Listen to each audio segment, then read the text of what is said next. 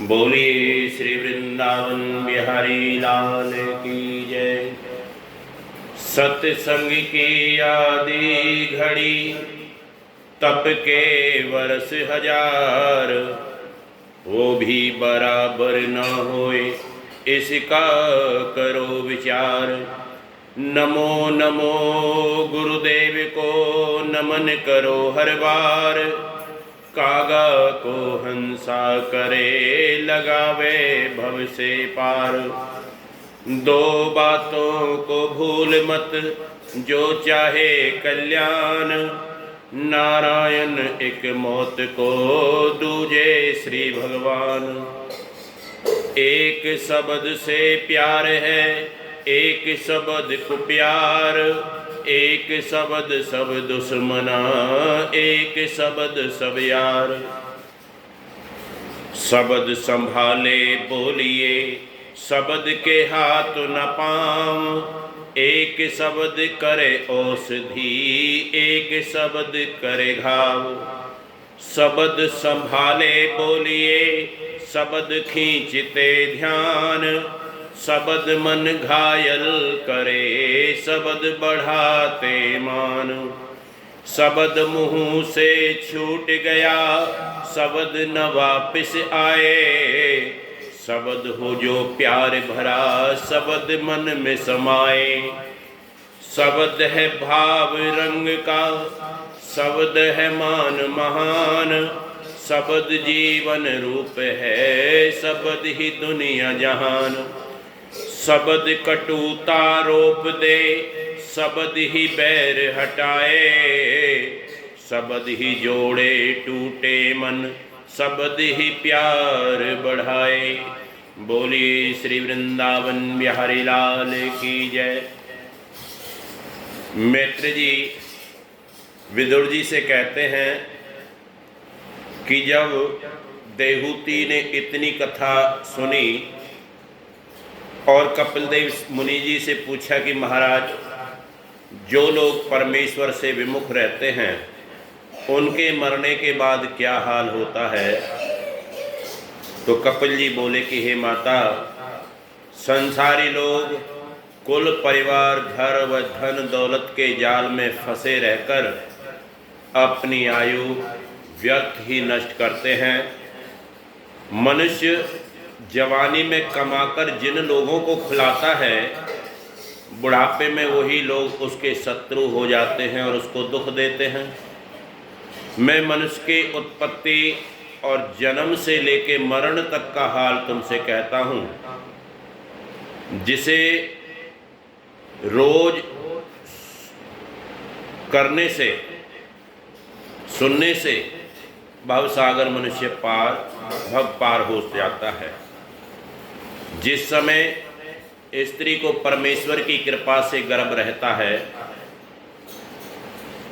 उस दिन भोग करने से पुरुष का शुक्र स्त्री के रज में मिलकर खोलता है। 5वें दिन उसमें बुलबुले के समान उठता है और 10वें दिन माँ के गर्भ के अंदर बच्चा एक बेर की गांठ की तरह बन जाता है। 15वें दिन वही गांठ एक मांस का पिंड होकर अदरक जैसा रूप ले लेती है। 1 महीने में उसके हाथ पैर और सिर निकल आते हैं। दूसरे महीने में अंगुलियां और तीसरे महीने में चमड़ा हड्डी और चौथे महीने में शरीर पर रोंगटे आ जाते हैं। आँख कान आदि सब इंद्रियों के आकार बन जाते हैं। लड़का है या लड़की है ये चिन्ह बन जाते हैं। 5वें महीने में नारायण जी की कृपा से उसमें जीव आत्मा का प्रकाश आ जाता है, उसमें सांसें चलने लगती हैं और उसको भूख और प्यास लगती है। 6वें महीने में सिर नीचे पैर ऊपर रहने के कारण उसका मन घबराता है और 7वें महीने में उसको अपने कई जन्मों की याद होती है। 8वें महीने में पिछले 100 जन्मों में जितने भी कर्म उसने अच्छे या बुरे किए हैं उनको याद करता है और ज्ञान प्राप्त आज हो जाता है और मालूम करता है कि पिछले जन्मों में जन्मों में हमने कौन से ऐसे कर्म किए जो माँ के गर्भ के अंदर इतना दुख उठा रहा हूँ, न हिल सकता हूँ, न डुल सकता हूँ। ऐसा विचार कर परमेश्वर का ध्यान करता है और परमेश्वर से विनती करता है कि महाराज, मैंने पिछले जन्म में संसारी सुख व स्त्री पुत्र के मुंह में फंसे रहने से नष्ट होकर जन्म व मरण से छुट्टी नहीं पाई, न संत महात्माओं का संग किया, न सत्संग किया, इसलिए आज उल्टा लटका हुआ दुख पाता हूँ। इस समय मेरे ऊपर कृपा करके इस नरक कुंड से मुझे छुटा दीजिए। मैं आपसे वादा करता हूँ कि अब की बार तन मन से मैं आपकी सेवा करूँगा, आपके नाम का स्मरण करूँगा। हे दयानिधान, ऐसी दया कीजिए कि ये ज्ञान जो आज मुझे माँ के गर्भ के अंदर है ये कभी ना भूले, और संसार में ऐसा कर्म करूं जिससे जन्म मरण के चक्कर से छूट जाऊं। जब 9वां या 10वां महीना आता है तब वायु के जोर करके वायु उसको बाहर गिरा देती है। गर्भ में कन्या बाईं ओर और पुत्र दाहिनी कोख में बतलाया गया है। जब वो पृथ्वी पर बाहर गिरकर रोता है तब परमेश्वर की माया से पिछले 100 जन्मों की कहानी वो भूल जाती है, क्योंकि जब बच्चा जन्म लेता है, जन्म लेते ही वो रोने लगता है और रोने से उसका ज्ञान नष्ट हो जाता है। कई बार बच्चा नहीं रोता है। वो क्यों नहीं रोता है? क्योंकि उसको पिछले जन्मों की कहानी याद होती है। फिर घर वाले देखते कि भाई बच्चा रो नहीं रहा है, कहीं गूंगा बहरा तो नहीं है, उसको थप्पड़ मार कर रुलाते हैं, तो जैसे ही रोता है सारा ज्ञान उसका खत्म हो जाता है। छोटी अवस्था में जब बच्चा होता है तो उसको भूख प्यास लगती है, लेकिन माता पिता को कह नहीं सकता है कि मुझे भूख लगी है, प्यास लगी है। बिस्तरे पे ही मलमूत्र करता है, जब तक कोई नहीं उसको उठाता तब तक उस मलमूत्र में ही पड़ा रहता है।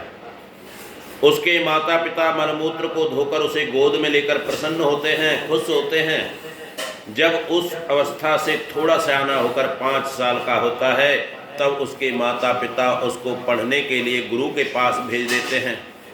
वहाँ विद्या सीखने में मारपीट गुरु से खाता है और बगैर गुरु की इच्छा के खेल कूद भी नहीं कर सकता। जब थोड़ा और सियाना होता है, 15-16 वर्ष की अवस्था हो जाती है, जवानी शरीर में आ जाती है, अच्छे अच्छे गहने कपड़े पहनता है और बड़ा अभिमान करता है और मुकाम क्रोध मोह में फंसकर अपने बराबर दूसरे किसी को नहीं समझता है। अगर कंगाल हुआ, गरीब हुआ तो दूसरे के कपड़े अच्छे पहनने देखकर उससे जलन करने लगता है। फिर उसके बाद उसका विवाह कर दिया जाता है। विवाह के उपरांत घर में उत्तम पदार्थ खाते देखकर जलन करता है और दिन रात इसी चिंता में रहता है, कमाई के चक्कर में लगा रहता है, अपना जन्म व्यर्थ गंवाता है। जो मनुष्य पिछले जन्म में कुछ दान धर्म नहीं करते वो अगले जन्म में बड़े दुखी रहते हैं। जब उसके बाल बच्चे पैदा हो जाते हैं तब उनको पढ़ाने लिखाने का, उनका खर्चा करने का चिंता उसको लगी रहती है। झूठ सत्य बोलकर कमाई करता है और उनका पालन करता है। जब तक शरीर में सामर्थ्य रहती है तब तक वो स्त्री पुत्र बच्चों का सबका पालन करता है और फिर अपने परिवार में किसी मनुष्य के मरने पर इतना रोता है कि जिसका वर्णन नहीं किया जा सकता। अपनी स्त्री के वश में रहकर माता पिता को कठोर वचन बोलता है, माता पिता को दुख देता है, परलोक का जरा भी डर नहीं रखता है। मनुष्य स्त्री के मुंह में फंसकर जैसा नष्ट होता है वैसा और कोई काम उसका परलोक बिगाड़ने के लिए नहीं है। तभी तो कहा है कि अहि विष काटे चढ़े ये चितवत चढ़ जाए, ज्ञान ध्यान अरु धर्म को जरा मूल से खाए। नार पराई स्वप्न में भोगत अति सुख पाए, धर्म और काम गवाए के आप रहो खिसियाए। इसलिए मनुष्य अपना भला चाहे तो काम क्रोध मोह लोभ के चक्कर में ना फंसे। हे माता, मैं स्त्रियों को बुरा नहीं बतलाता, धर्म शास्त्र के अनुसार ये ज्ञान तुमसे कहता हूँ।